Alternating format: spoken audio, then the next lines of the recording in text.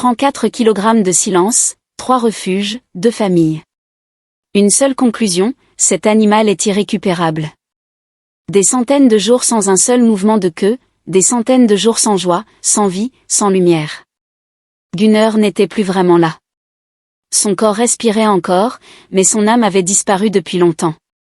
Tout le monde avait tourné la page. Tout le monde, sauf une femme enceinte de plusieurs mois qui fixait son téléphone au milieu de la nuit et ne pouvait plus détacher ses yeux de ce regard perdu. Son dossier ne mentionnait aucun traumatisme précis, mais les signes étaient là. Un bruit soudain et il se tassait sur lui-même comme sous un coup. Une main tendue et il reculait, les yeux fermés. Des heures entières à fixer un mur vide sans bouger. Sa première famille craqua après 2 semaines.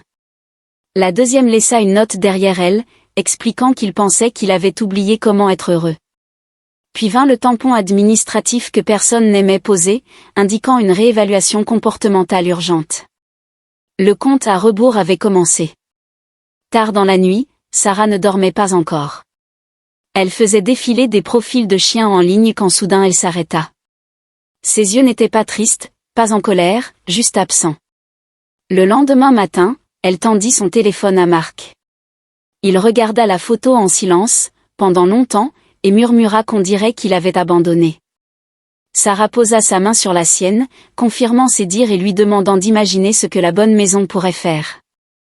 Le samedi, Gunnar franchit leur porte. Il entra dans le salon et s'immobilisa. Longtemps debout au milieu de la pièce, les muscles tendus, le souffle court, il attendait que quelque chose de mauvais arrive, comme toujours. Mais cette fois, rien n'arriva. Sarah s'assit par terre à distance, sans un mot, sans un geste. Elle était juste là. Elle recommença le lendemain et le surlendemain.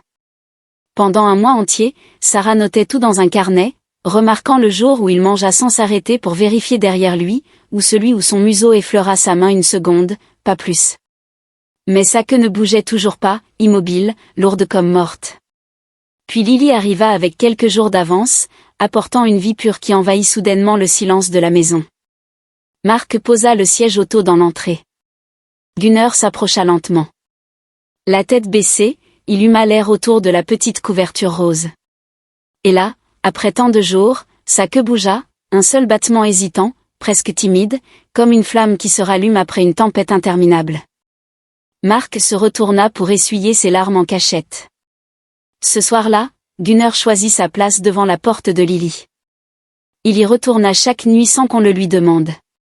Un matin d'hiver, Lily avait de la fièvre. Il était très tard dans la nuit. Sarah était épuisée dans le fauteuil, seule avec son inquiétude.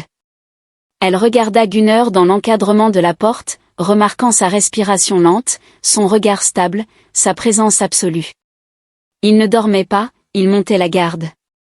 Et pour la première fois depuis des semaines, Sarah se sentit enfin en sécurité.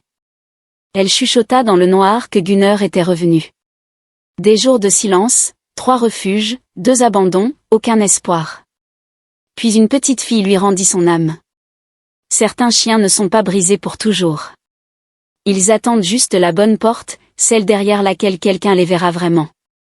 Si cette histoire vous a touché, offrez une chance à un chien de refuge oublié. Aimez, abonnez-vous, partagez. Parce qu'en ce moment même, quelque part, un autre chien attend.